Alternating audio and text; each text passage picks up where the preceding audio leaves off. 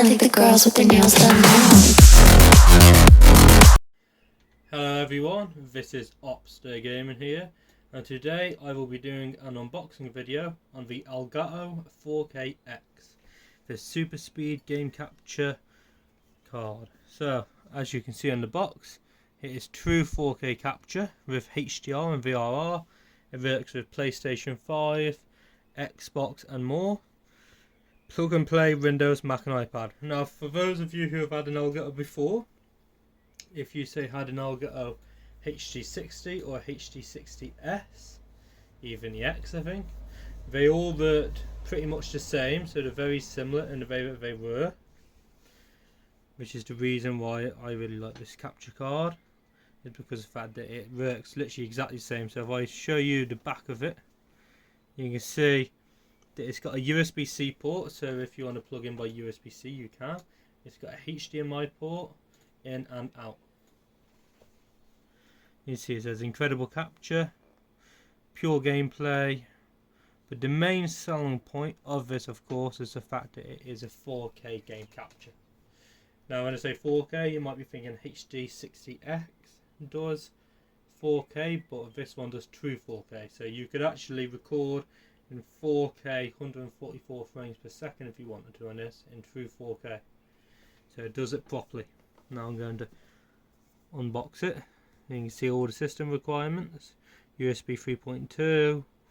It also has USB-C. So VRR up to 144 frames per second. HFR up to 240 frames per second. HDR 10.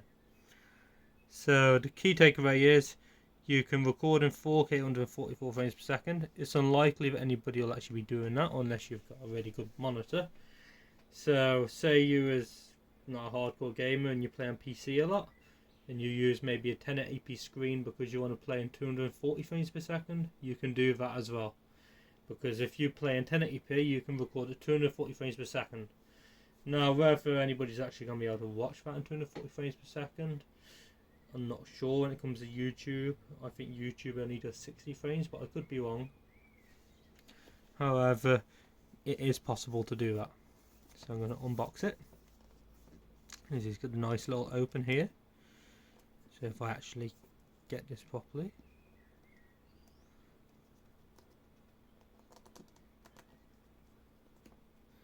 I think I'm grabbing it from the wrong angle. There we go. I didn't get very well at all, did it? There we go, we'll open it. There we go, we got it. So now if we open it, take the lid off.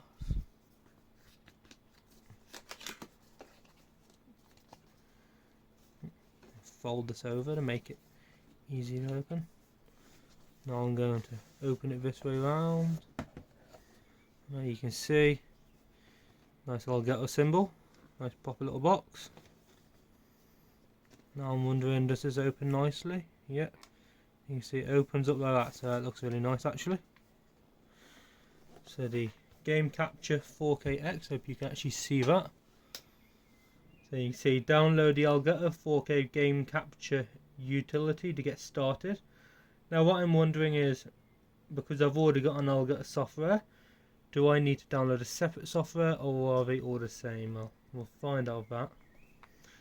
So if I take this off, I'm actually going to pause a second.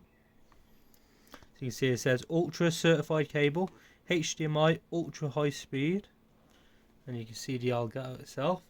Now the thing is, whilst it is a 4K game capture, it doesn't have 8K capture or 8K pass-through. It actually comes with an 8K HDMI cable. Now the reason for this will be the fact that you can record up to 4K 144 frames per second. Your standard 4K cable will likely do up to 60 frames per second. So instead of making like an ultra high speed 4K cable, they just use an 8K cable which does standard 8K at 30 to 60 frames per second and 4K at 120 to 240. Obviously this one I imagine will be capable of 144 frames per second, being that it's coming with the Elgato itself. So now if you take out the Elgato, you can see it here, very nice. I'd say whilst it looks nicer than the previous Elgato, the previous one I had was the Elgato HD60, which was the one after the first ever Elgato, so I got it about 10 years ago. It did actually do full HD and it still works surprisingly after 10 years, so definitely good quality. I'd say this one, it feels cheaper than the previous one, but obviously it's a lot better. But the material is very plasticky, as the last one didn't have that, it was a bit more solid. You see HDMI in, USB-C and HDMI out. And yeah. So one difference that I've noticed compared to the previous one was that the previous one had basically this end here, had a HDMI in and a USB power, and this end here had a HDMI out. No, and also an AUX port actually as well. Whereas this one, it's just got it on the side, HDMI in, USB-C, HDMI out. So it's a bit simpler than the previous one, which is quite useful to be honest, as the previous one was unnecessarily like that. So we got the instruction manual. Nobody reads the instruction manual. So if you actually take this out of the box now, so I'm going to look at how I'm supposed to open this properly without making a mess. There we go, so it comes out nicely.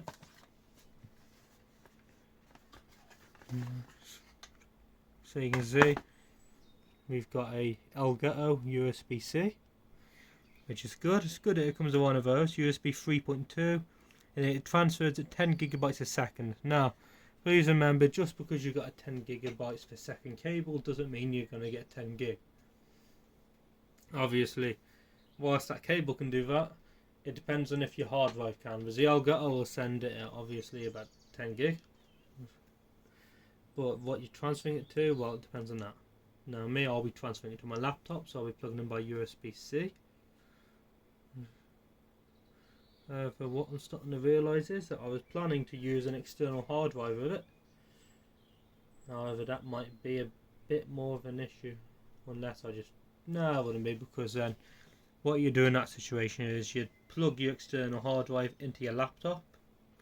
You'd have your Elgato send in the video across your laptop. You'd have your streaming software, so either use the normal Elgato software or Streamlabs or whatever you use, maybe OBS Studio, and you choose your file save location as the external hard drive.